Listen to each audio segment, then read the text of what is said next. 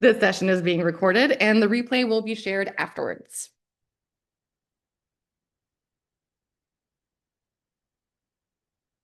For anyone joining us for the first time, Alaska Manufacturing Association, or AKMA as we like to call it, is a statewide network working to strengthen Alaska's manufacturing community.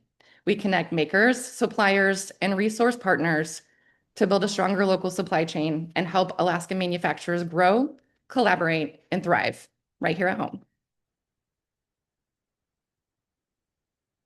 As we all know, logistics can feel unpredictable at best.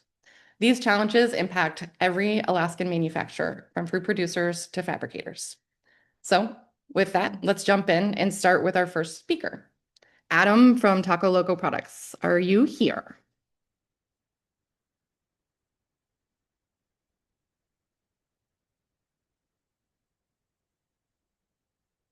I think he is here. He's a Okay. mute. There Yep, we go. there we go. Can you hear me now? Yeah, I can hear you now. Okay, yeah, I decided to unmute. Oh, I we all didn't see have his stuff. technical difficulties. Yeah. Okay. Yeah. So just briefly, what we'd run into as long, as other people are seeing, is freight was becoming a real issue for us. We move trailer loads of flour, but we fall into that category where we don't move enough to get, or where we can negotiate better rates. And the majority of our other stuff that we ship is LTL, or less than trailer load. So again, that puts us in an expensive category.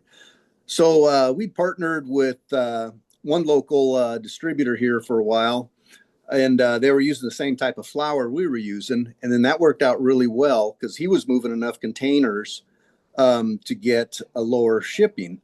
But what ended up happening, he wasn't buying enough flour from the mill to get a better rate, and they started increasing the price on him. So it kind of put us out of that of our budget that we wanted to do. So what we ended up teaming up with JB Godstein's, with the Safeways. Then that we did that for about 5 years. And then what happened is the mill, same thing, started increasing the flour rates. Since JBG only services the stores up here, again, they couldn't buy enough flour to make it where it was turned out to be economical. So lo and behold, Costco's Business Center opened up, and we talked with them. They're buying our products, and we met with the buyer. He actually flew up here and was visiting customers. And then he brought up, he's like, well, we could probably bring the flour in for you since we're bringing so much flour in for their other customers. So they gave us some samples. We tried it out. Worked great. And what the really nice thing about it is, we didn't know, when you deal with Costco's Business Center, is they have what they call trailer load pricing, which is actually cheaper than what you see actually on the store shelf. So we were able to get in on the trailer load shelf or pricing on it. And they bring in, buyer said he brings around 105 to 115 containers a week. So their freight is so much less than what we were paying. It's saving us probably anywhere from 10 to 12% a trailer load. And we get from them right now, we're receiving about 3 a month, which for us is huge. It's a huge savings. The flour's working good. We started in July, and it took us about 3, maybe 4 weeks to get it where they always have a trailer coming to they're trying to figure out our usage, and we're going back and forth. And now it's just been a godsend. It's been really good. It's really helped us a lot. It's a good quality flour. The only setback for anybody that wants to explore that is with Costco, you do have to pay when that trailer comes in and you take it. You have to pay up front. There's no wait 30 days. So what we did, we're kind of thinking around how we do it. Hey, Capital One, 3% cash back. We leave that card on file with them. They charge it. And then that gives us the time to pay it, in 30 days. We just make sure we pay it so you don't incur any finance or interest charge. And then at the end of the year, you get 3% back. So again, it's an additional savings on that. So that was really, really helpful, and very pleased with it. We've only been doing it since July, so 3 months, but we already see a big savings for us, and it's the beneficial part. And since we're working with them too, they've actually extended themselves. What else can we buy from you guys? And that is good. And so we're currently working on those items. And they actually opened up their whole catalog. Can we bring this for you? Or can we bring that for you? He said their buyer says they supply other manufacturers with corn flour. Well, let's see what you got because we use corn flour. So we may be having them bring in our flour as well as we're just kind of exploring and getting used to that, working with each other with that relationship. But it's been wonderful. We're always here, my sister and I, if anybody wants to reach out and let us know who, we can let you know who we contacted. There's a local guy here. We can give you his email, if it's something you want to pursue. They don't do like LTL stuff, but it's usually full trailer load. But the nice thing though is if you're only going to buy maybe 3 or 4 pallets of something, they may be able to put it with something else and you still get the cheaper price. So they are very flexible, and that's, for us, it's been really good. Thanks, Adam. That's such a great insight. If anybody has any follow-up questions, please go ahead, drop them in the chat, and then we'll circle around during the discussion time. Sure. Thanks, Adam. You bet. Okay, so next up, we have Derek from Alaska Freight Forwarding. I see him here. Yep. Go ahead, Derek. Hi, I'm Derek. I own Alaska Freight Forwarding, opened in February. Um, I don't have like a prepared thing. I just wanted to let people know that I exist and the service that I provide. I'm not sure who's familiar with freight forwarding services and who isn't. So basically, um, what I'm like a third party logistics manager. I get things from Seattle to Anchorage and vice versa, but primarily from Seattle up because shipping in the lower 48, as most of us know, is relatively free, same day, things like that, but it's extremely hard to get things up here in Alaska within a month sometimes. So basically what I kind of stepped into the role of is just bridging that gap, getting it from Seattle to Alaska. We don't we do it, it's fairly simple how we operate. I have you sign up, you drop your goods off down in Washington, and they get up here. It's a per pound price, which I think is, it is competitive. I've been told it's been competitive with like Carlisle and, AMF and things like that. It's I just try to make it as simple as possible to get your things. And you know, I do residential and business to business. I have a couple clients already, small customers here that already utilize me. They just find it the reliable shipments because we come up every week, kind of offsets some of the additional costs you would incur from this. And sometimes I'm not the best deal, but most of the time I am, or at least comparable. I definitely can get things from California to Alaska. I was about to ask you that. For those people who don't know like what free forwarding is, kind of explain how that would work. Um, like I said, basically, I can get hard to get things here. You would forward your items or have your distributor ship to the warehouse, and then I organize all the shipments and I get it up here, and they would just come pick up their items here. I guess I'm trying to think of some terminology to really explain what freight forwarding is. I just bridge that gap. So basically, you will give them an address, say in Washington, and they can just mail it Yep, straight there, and then it goes from your facility there up to Alaska. exactly. Yeah, yeah. I give out an address. I have a warehouse in Fife. You just ship it there. You have it dropped off there. We barge it up. We consolidate it all in a Connex and barge it up. And a week later, it's here in my warehouse. I let you know it's here. You come pick it up. It's pretty much that simple. Great. I got 2 questions for you. One is how big of a package, like meaning how small or what load size as a, So yeah. um, we we focus on less than a truckload. I mean, we've had some pretty. I tell people when they come in and ask that my forklift has a rating of 3,000 pounds. So that's kind of kind of like my limit. If I can't get it off the truck, if it's over 3,000 pounds, then I can still get it up here. You would just have to pick it up at the dock. Okay. And then, I mean, I do a small, I tell people anything under 10 pounds is $10.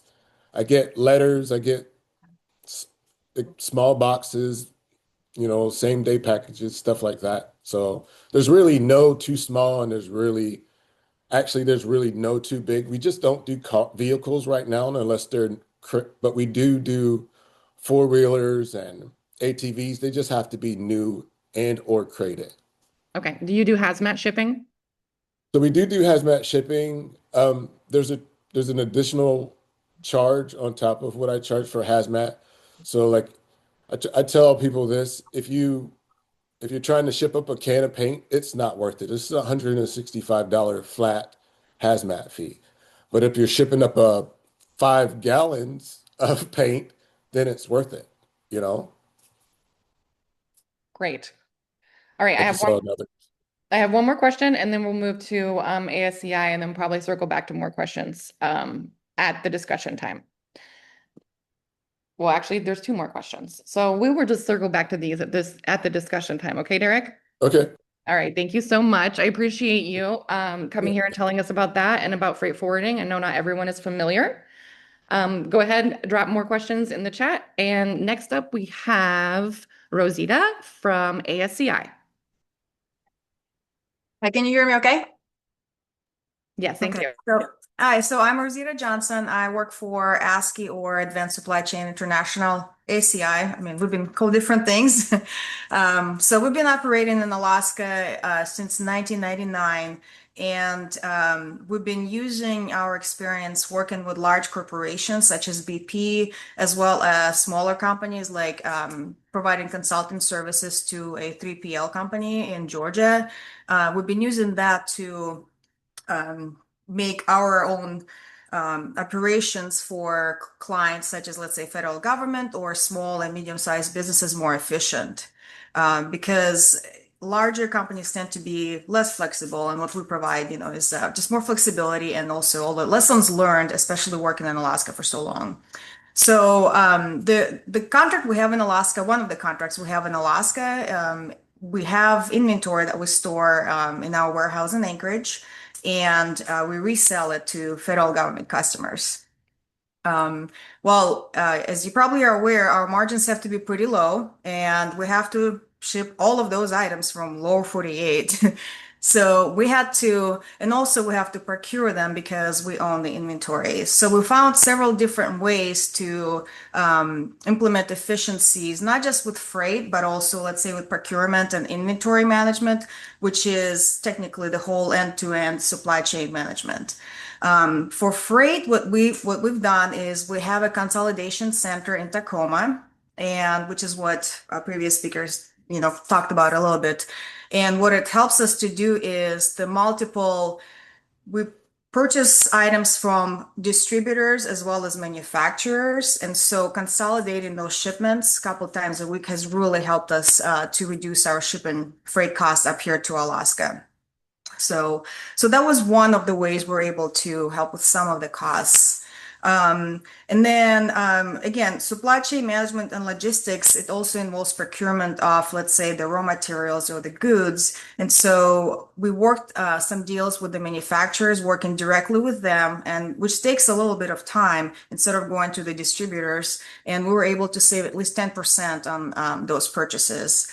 We do maintain relationships with the distributors because in some cases, the manufacturer cannot provide the full quantity or their lead time is too long. So that's another strategy that we have in place. We maintain relationships with all of the manufacturers and the distributors. So we make sure that our whole supply chain operations are diversified, I guess, the outsourcing or sourcing of the materials.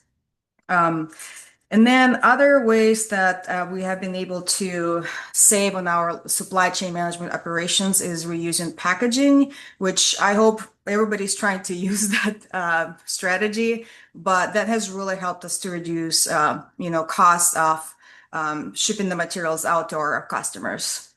So other than that, I mean, it sounds like we're having the same issues, and freight consolidation is definitely the way to go. And so, I mean, when Derek was talking about doing it from any location 48, we are looking at the strategizing and looking at the major hubs where you can consolidate freight and helping our customers to spread that cost. So then we're not just saving money on one contract, but we save money across all of our contracts. So, yeah. Thank you, Rosita. I love that. Those were all very great insights into how to save for logistics. Um, does anyone, actually, now we're going to open the floor for attendee participation. Um, feel free to unmute and ask any questions to who you would like to ask it to. I can start with the two questions that were already in the chat. So we'll start with Yeah, Derek. let's start with those. Yes. Are you able to handle frozen shipments, Derek? And do you have freezer storage in Anchorage? So we don't do perishable goods just because we can't guarantee the quality of it at drop off or the keep it fresh during the voyage. So we don't do perishable goods. Okay. Where do you bring things to? Is it just Anchorage or are there other locations in the state? So primarily like at the rate that I current charge, it's primarily from Fife to Anchorage. But I mean, if it's, I do local deliveries. I work with a couple of local guys who do deliveries, so I do local deliveries. And if you're meaning like get things to like some of the smaller places, I I also work with Airland, so we do a lot of deliveries to some of the smaller villages, places like Cooper Creek, places just places I've not really heard of, but we can get it to pretty much anywhere. Okay. Thank you for that. Oh. Anybody? Hold on. I have too many screens open. Okay, let's just ask the group. What's your biggest barrier, your challenge, logistical challenges right now? Someone will answer this. I got one for you. Go. So we deal a lot with honey being a meadery. And so we were looking at grading greater, larger containers. So right now we deal with 60-pound buckets. And we are kind of trying to move up to either 55-gallon drums or 275-gallon IBC totes. And right now the problem is that Costco thinks it's too big of a risk to get 55-gallon drums up here because if one spills, that's a lot of waste. And so that's been a kind of a logistical challenge to me. And then I know that some of the honey providers also aren't really, I'm not bringing enough up to Alaska for them to pallet their or package their honey into larger containers either. So it's been challenging trying to get a cheaper price for honey in a bigger container. For sure. We recognize that when we did elevated oats, it's like scaling from just like a small to a bigger, it's very challenging, especially in Alaska.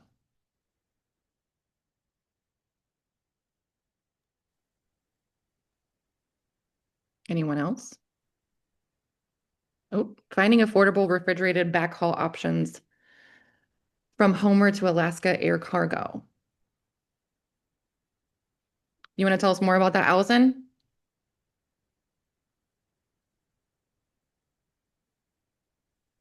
Sure. I'm with the Alaska Beauty Peony Co-op. We ship fresh flowers to the lower 48, and we typically charter a truck to get about 100 boxes, cases a week to Alaska Air Cargo, and it's expensive.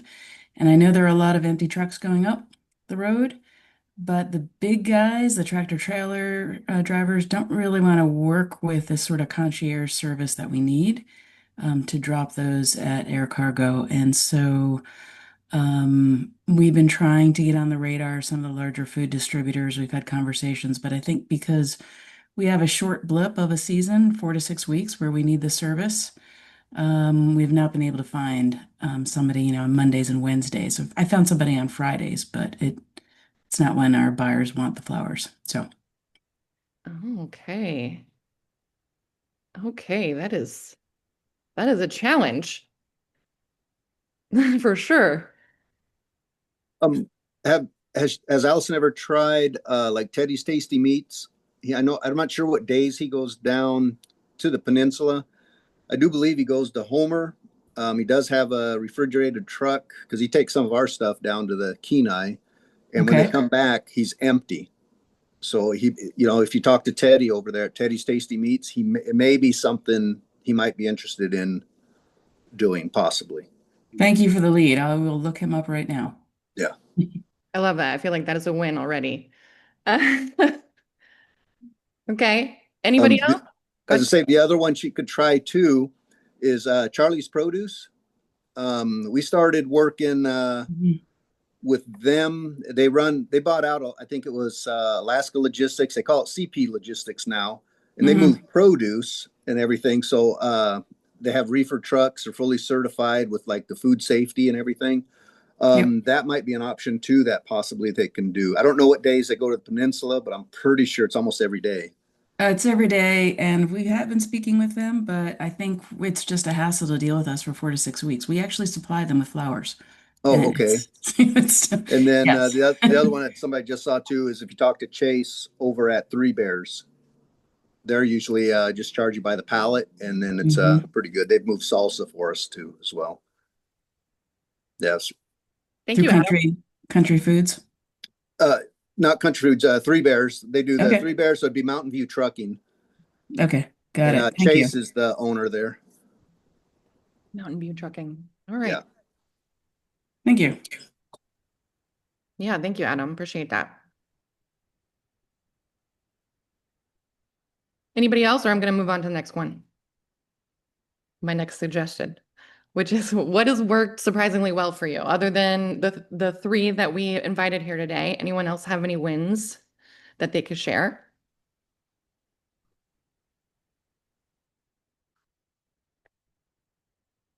I have one adjacent to me. Winter solstice had very successful luck using the air cargo method.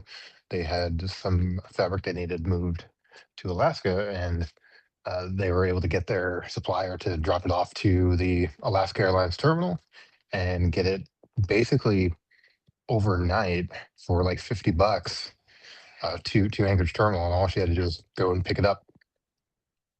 Oh, wow. That was Alaska Air Cargo, you said? I think it was it's a program underneath the cargo where I can't remember the exact term for it, but uh, basically, if there's any free space in the cargo, they just fill it up with whatever. So there is a risk that your cargo will get bumped to the next flight, but as long as you're not dealing with like uh, perishables, It's like space and safe. maybe yeah, Okay. yeah, pretty much. Okay.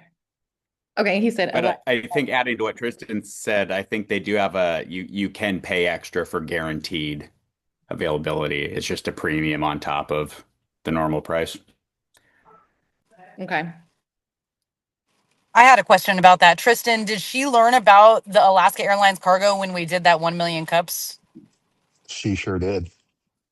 That's awesome. And one thing I want to say about that is you do need a business account for the Alaska Air Cargo. So you can go get the business, like you could go get the account right now.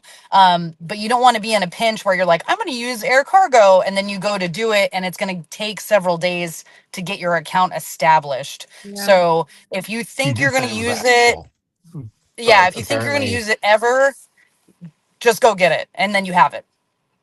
and they work with you to get it done because they want you to use the service. They actively have free cargo, like not free as in no cost, but like empty cargo that they can fill up with your stuff. So they actively work with you to get it done. Great. That's good to know. Thanks, Yeah, Tristan. that's good to hear. I guess another success story for myself is working with other small businesses that are in adjacency to your manufacturing. So on the honey end of the house, I was able to um, kind of pass through to Costco that these other manufacturers are looking for uh, bulk honey, and so while again it wasn't enough on the lower 48 end, at least it signaled to the people up here that there is a need for honey and to keep carrying the buckets of honey that and bring more up when they do the shipments. So sometimes even collaborating with the people around you, like the Costco trailer deal. That's something I didn't think about, and I'm going to talk to some people about maybe getting a trailer's worth and getting that discount. Yeah, I was kind of wondering about if you couldn't get together with other people who use the honey to get a bigger order in or make it worth Costco's time more, I guess, a little more. Well, I didn't know that you could fill a trailer with multiple types of pallets to get your trailer's worth because, I can personally I thought it was just a single source. And so I was like, there's no way I can get like a trailer worth of honey at one time. But if I could mix it with juices and or other organics and things like that, it makes it much, much more approachable. For sure. For sure. I would love to see that come to fruition, more people using that. Because I know Costco's a really big um, food source for the When I was supply talking chain. to Costco about honey and stuff like that, they also mentioned that they're actively looking for partners to ship not to use their shipping containers for Costco purposes to ship products to the West Coast to bring Alaska products to Costco's along the West Coast. Okay. That's interesting. Do you have a contact for that? Who said that? This is Tristan with Hive Mind. I might have. It was just I was just in their business department area. Okay, so you Um, like saw it. They have like material on it. no, I haven't seen material yet. I Okay. just was just a conversation I was having with the Okay. folks there. Yeah, and how like because like they're just shipping back empty containers, right? Um, and so if they could bring, it'd be worthwhile to bring product down to the West Coast. And we're not ready to take on Costco yet, so I haven't really looked in to get more information. But probably early next year to mid next year, that's when I'm gonna be pushing for more of that information. Okay, thank you. Yeah. That's Uh, good to know because we have limited selling channels here in Alaska. So if we can distribute to the lower 48 and have less resistance for that, it's always a benefit. Um, Renee and Jared from Alaskan Dream Botanicals said that they use Alaska Air Cargo regularly for shipments. If anyone has any questions, they're welcome to reach out to them. I did think I saw a news article where they're opening up a Seattle, like a Seattle, Alaska, Seattle hub, Alaska Air Cargo, I'm pretty sure. That's happening soon. Okay, so if you guys could wave a magic wand and create a shared service for Alaska manufacturers that would transform how you do business, what would it be? I got this. I was Go. already prepared for this.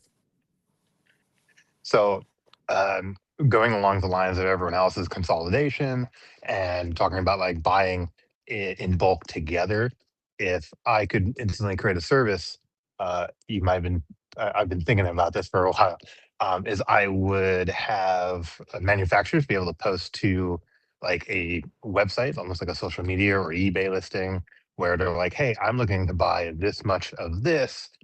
We need to fill up this amount to get a bulk deal. Does anyone want to go in on it with me?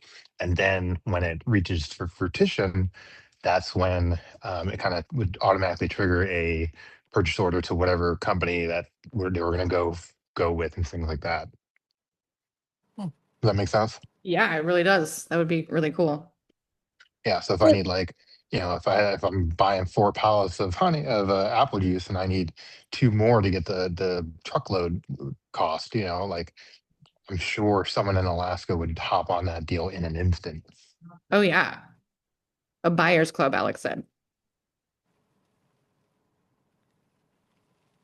Is this what Slack was for? Sammy asked. Yes. Yeah, actually and I didn't put it to talk about it, but I'm glad it got brought up. We have a Slack channel for AKMA suppliers, supporters, and manufacturers and makers. Can join for free. And don't worry if you don't know how to use Slack because we have guides. It's basically just a DM channel situation, Discord. I don't know. I'm just all the DMs, all the social media. Now it's not really old. Um, Forum. but that way you could talk in real time. And so our goal is to get everyone to sign up for that. We would love for you all to join. There is a link on our website. I'll email it to you after this. We're still building it. I think there's like 5 people. But the Thank you. goal with that too is we hear so many times from folks that they would like, I would love someone that does this, or I would love someone that does this. So if we could take out that middleman and you're able to post and talk to each other without relying on just those resources that we all think that we need to go to find out that info, like we want to put everybody in the same room together, just like we're doing with this roundtable right now, because we have all done different things and we can learn from each other. We just need a way to communicate with each other. For sure. And Mandy said we'd love a buyers club. What does that look like for you guys? Sorry, my phone wouldn't cooperate. So fine. for us, it would be, being able to go in on certain items or certain products, or if somebody's looking to do an order through Costco and they're needing somebody else to pick up a couple extra pallets of different items, that would be amazing because I know that there's times that, and I can't say that we could do it all the time, but I know there's times, especially harvest season where we could say, hey, yeah, we absolutely need a pallet of cream or a pallet of milk or, something along those lines that we need for our products, but that might be the only time of the year that we need it. Or we might need it a few more times, but definitely not at that capacity where we are right now. Gotcha. Yeah. I love that. And I have to say that I do also love the freight forwarding because I was actually looking at a few things today, and to get shipped up just some Mylar bags for us was going to be like $295 for 4 boxes. And had I known this ahead of time, I probably would have gone a different route, shipped them up that way. We'll chat later, Derek. Sounds Cool. good. I love making connections like that. All right, anybody else have a magic wand that they want to wave? I was going to make a well, kind of a recommendation as well. So what Derek and I talked about, the freight consolidation and everything else, there are some businesses, especially in lower 48, there are 3PL and 4PL that will consolidate shipments for small businesses to get the full truckload, right? And so we're looking into doing that in Alaska. I talked to Derek a little bit about it, because warehousing space in Alaska, in Anchorage, it's very limited. We've been looking at some warehouses that are over 10,000 square feet, and they're not that many options. And so this is where I think what would be beneficial is combining several small businesses, to share the cost. So, for example, Derek's business provides freight forwarding. We can provide warehousing support and then spread those costs between different companies. That also helps if we have, different, I would say, transactional volume that goes up and down. I know how difficult it is for small manufacturers you either have to let people go or you have to hire people because you have a surge in your orders, for example. So this is where a 3PL or 4PL model would be, I think, beneficial for a place like Alaska because we can all share the cost because we have some other contracts where, we can have a part-time person working on processing some of their shipments. And we're all Alaska-based businesses, right? Yeah. So going local. I love that. I love that. I love hearing that. I hope this comes to fruition. Let us know how we can help. Thank you so much for bringing that up, Rosita. Okay, collaboration opportunities. Where could manufacturers, suppliers, and logistic partners other than consolidation? We have that now. Where could we help reduce costs and improve reliability?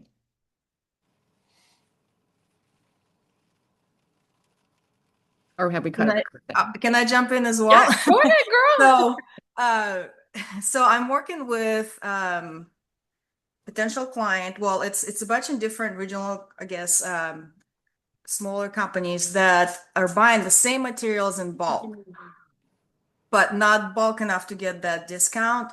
So somebody already brought that up where if you can find other manufacturers that procure the same materials, you can not only save just on shipping, but also volume discount can save you so much money. We do it on our shipments.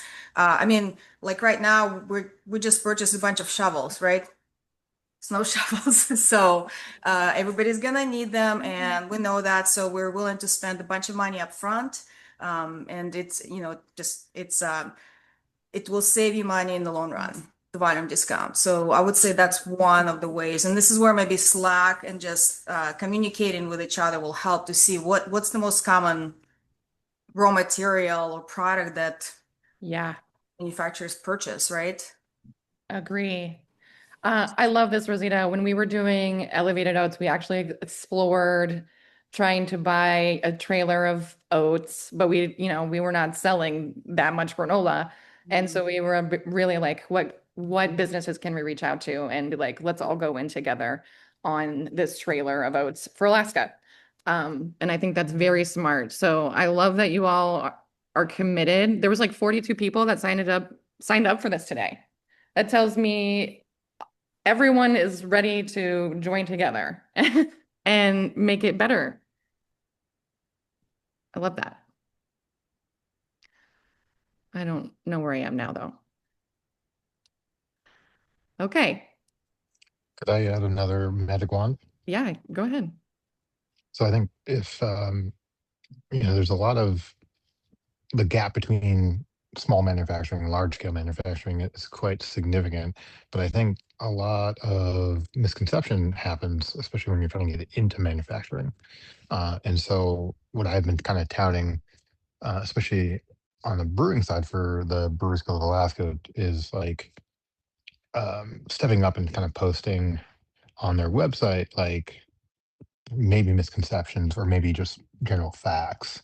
And I think this is in terms of the brewing world, but in terms of the manufacturing world, probably the same thing. Like, right, like how to get the process of getting greater discounts on goods beyond just volume wise or a ways strategies to get higher volumes by such as working together. Right, we all now have the information because we're talking about it, but the next person to come who signs up might have that same question still, and then just having a centralized place for all those strategies that can be just learned, and then maybe even accompanied by a YouTube explainer too would add value to the membership. I love that, Tristan. Thank you for that suggestion. And it is now in the bank of doing things. Your wand has been waved and we will start it. Okay. Well, we are about to the end here. If anyone has anything else before I move on, speak now or Maybe forever. another wand. Okay. um, because we're starting to kind of try that. We're in the beginning stages of maybe upping our production, and we talked about this at 1 million cups. Is not having the mentorship that's kind of required for some of this stuff, and it'd be great if there was a centralized mentorship program, um, maybe even geared towards manufacturers that where people can kind of lay out the fact that yeah they want to help somebody or they're a resource for certain areas, and then be open to in a formal uh, setup to take on mentors. Is that something that you think members could like volunteer to do? I do. Okay. Yeah, because my thought is like I'm not into brewing, but if I wanted to start, like you would be the person, like I would want someone who's already in brewing to be the person I talk to.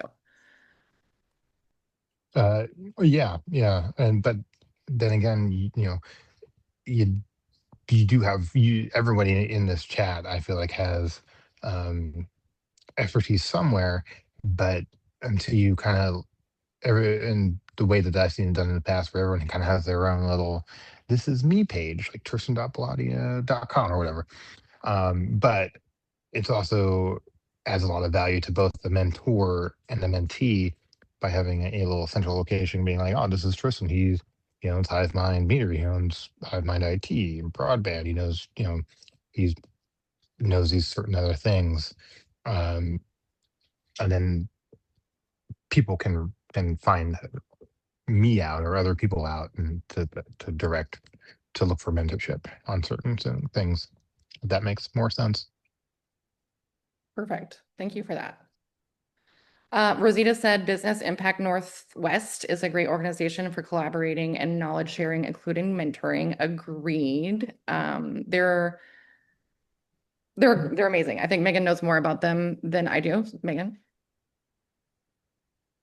Yeah, Carrie Shepard is the only one here in Alaska. She just was promoted to, I believe, the director position here. But because they're Northwest, they have other places in other states. And she was just telling me about a program that's for food and beverage down in Washington, I believe. So it's free. Uh, it's free service. You just have to sign up, give them your information, and that could be a potential good resource for connecting to someone while that is kind of getting set up here in Alaska. Yeah, they're very active. I see them on social media all the time. When I lived in Washington, they were very big in Washington. They're, yeah, check them out. Okay, everyone.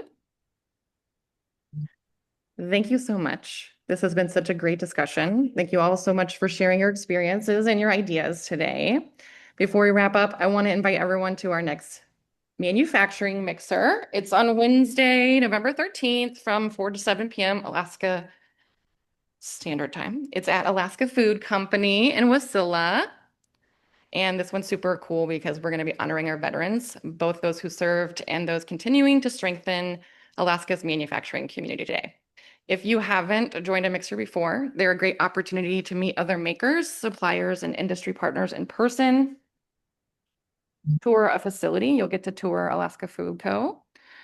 and build real connections within the Alaska Manufacturing Network. I also want to mention that if you're not an AKMA member yet, now is a great time to join.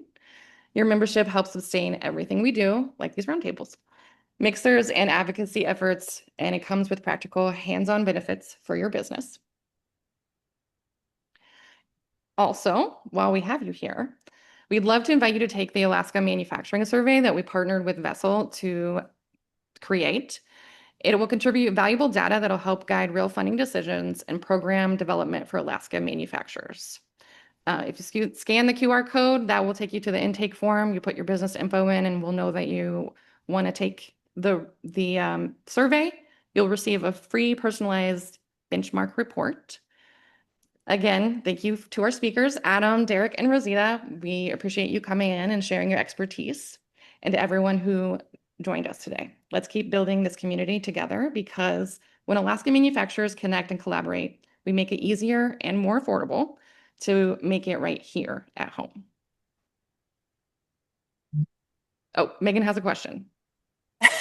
One more thing to add on, just because I'm looking at this chat, the Alaska Small Business Development Center is also a great resource here in Alaska that is also free. You just sign up. They have mentors all throughout the state, or business advisors all throughout the state. So that's another great thing to check out. And then I believe there was one, yes, November 13th is a Thursday. Dixie, you have a question? Hand Yes. raised? Yeah, I do. I went to the MIC and I talked to Syracuse University. I had worked with Kai in regards to having a last chapter for Bunker's Lab, and they said they would work with us. We would have to go through a cohort. Somebody would have to go through a cohort, and then we would start a chapter. They were talking about Anchorage, but I asked for Alaska, and they weren't really keen on that idea. But I will pass you on the information. And then also one of the things I thought of is people like at Christmas time, you might start thinking about a small business co-op for shipping for people that are doing smaller venues. Nice, thank you. We did have a question in the chat that I want to address. It was from Okitna, and it says, I have an LCL load that I'll need brought up from LA, California to Anchorage in the new year, possibly. How do I figure out the best way to do that? I love the share the cost idea. If anyone has any suggestions. No. I mean, you can take a look at what I offer. I mean, I do less than a truckload, and once you're signed up with me, you could just ship it anytime. So just you can give me a call, 907-513-5834, and we can chat. You can visit my website, or you can shoot me an email. I'm here 9 to 5, and my cell phone goes home with me. So What's that number again, Derek? I'll shoot in the chat. 907 907-513-5834. 5834. Thank you. I appreciate that. And he's got a great website too, where you could just get a quote immediately, which is really nice. Okay. And he Cool. won't spam you, I promise. Okay. Cool. Thanks. Okay, thank you again, everyone, for coming. Like I said, this is recorded, so you'll get a replay of this. We appreciate our speakers so much. We know that you are all very busy, and it's the middle of the day. Please email us with anything you have afterwards. We're always looking to learn and improve as we go along. That being said, y'all have a great day. Thank you. And till next time. Thanks, everybody.